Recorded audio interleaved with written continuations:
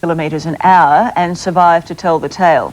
But that is exactly what happened on the weekend to Carl Hearps, the driver of this boat which flipped and disintegrated at top speed during the annual Dargle Gold Cup on Sydney's Hawkesbury River. His wife Anne saw the whole crash unfold before her eyes, and she joins me now in the studio. We'll also be talking to Carl by phone from Nepean Hospital, where he is recovering from a chipped shoulder and some bruising. But first, Anne. Anne, good morning. Hi, how are you? So, how did this happen? Tell us how all of this unfolded. Well, it's just one of those things. It's such high-speed racing. I think what happened actually, the air got under the boat, and he just, because it's a fast engine, it just took off, lifted. Take us through how you're feeling. You're standing on the bank, you're watching this. What's going through your head right now? It's unbelievable. It's a miracle he's alive, really. I believe it took a while to come back up too after he went under. Yeah, it was 2 or 3 seconds he actually didn't come up, and then we saw his helmet pop up. But when I watch it just makes me shiver watching it now, and he just, it takes a while for him to pop up. He's just on the left-hand side of the... Yep. There, now he pops up, and I didn't know where he was. He was gone. Carl, are you with us? Yes, Tracy, how are you?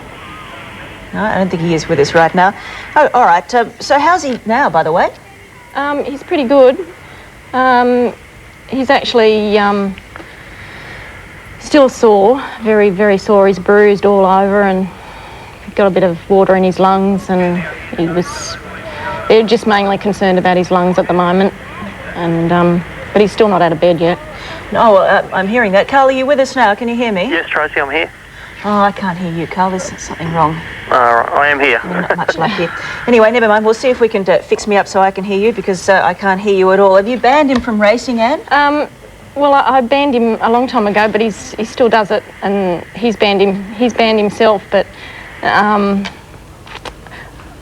mean, 90% of the boat racers that do this high-speed stuff actually get back into the boat.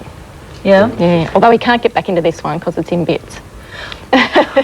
Dear. Okay, Carl, now I believe you can hear me. Yes, I can hear you, Tracy. That's good. I don't know if the rest of the country could hear you then, but there was something wrong with me and I certainly couldn't hear you. How are you feeling? Bit bruised and battered? Yeah, a bit sore and sorry. Just got a fair bit of lower back pain and both my hips sore. Tell me about something that was causing us some fascination before, the parachute life jacket that we could see in one of the shots of the crash. We could see the parachute activating. Yep. How does that work and what activates it? That's tethered to the engine, and when I get ejected probably within 5 or 6 feet of the boat, that deploys, and what it does, it lets the debris continue on and slows me up, and actually pulls me backwards very slightly and theoretically puts me feet first into the water.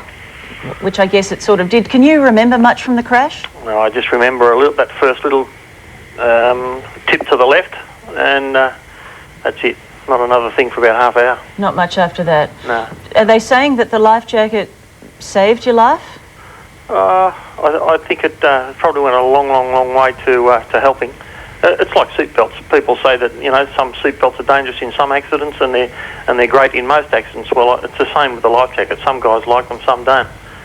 But I wouldn't be getting back in one without one. Have you crashed many times? I've been spat out of that particular boat twice. The other all 3 times have been my own fault, I suppose.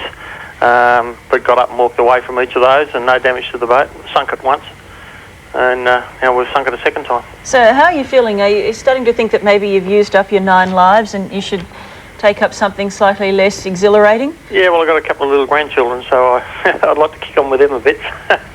But we'll see how we feel in a couple of weeks' time. Okay, because Anne is saying that she'd sort of like you to give it away. Do you think you might take up knitting now? Bowls, something like that, I think. Knitting could be a bit too exciting for you, do you think? Yeah. Have they told you when you can expect to get out of hospital? No, I can't even... I can move all my legs and everything, but I physically can't walk with the pain just yet, so... All right. Well, probably a week, I would think. So you'll get out of mowing the lawn and taking the bins out for a little while when you get home, do you think? I don't have to mow the lawn anyway. Anne does that for me. I'm too busy working on the boat. I was interested to know if you'd confessed to that because she told me that before. How do you do that? How do you manage that? 26 years of training. You're obviously too good to him, Anne. I am. I let him do these crazy things and I do all the work. Well, look, it must be good to still have him around. It's quite amazing to think that he survived. Yeah. Oh, it's a team effort. All right. Well, that's great, Carl. I hope you're feeling better very soon. Yep, and I'd just like to thank all the people, all the rescue divers that helped me out with all them. As you might have noticed, it was something like 9 seconds before I had the diver beside me, and they're always that quick. They're quite phenomenal in the way they work. That's a pretty fast reaction time. Okay, Yep. Thank you very much both for being with us this morning. Thanks, Tracy. Thank you. Bye. Carl and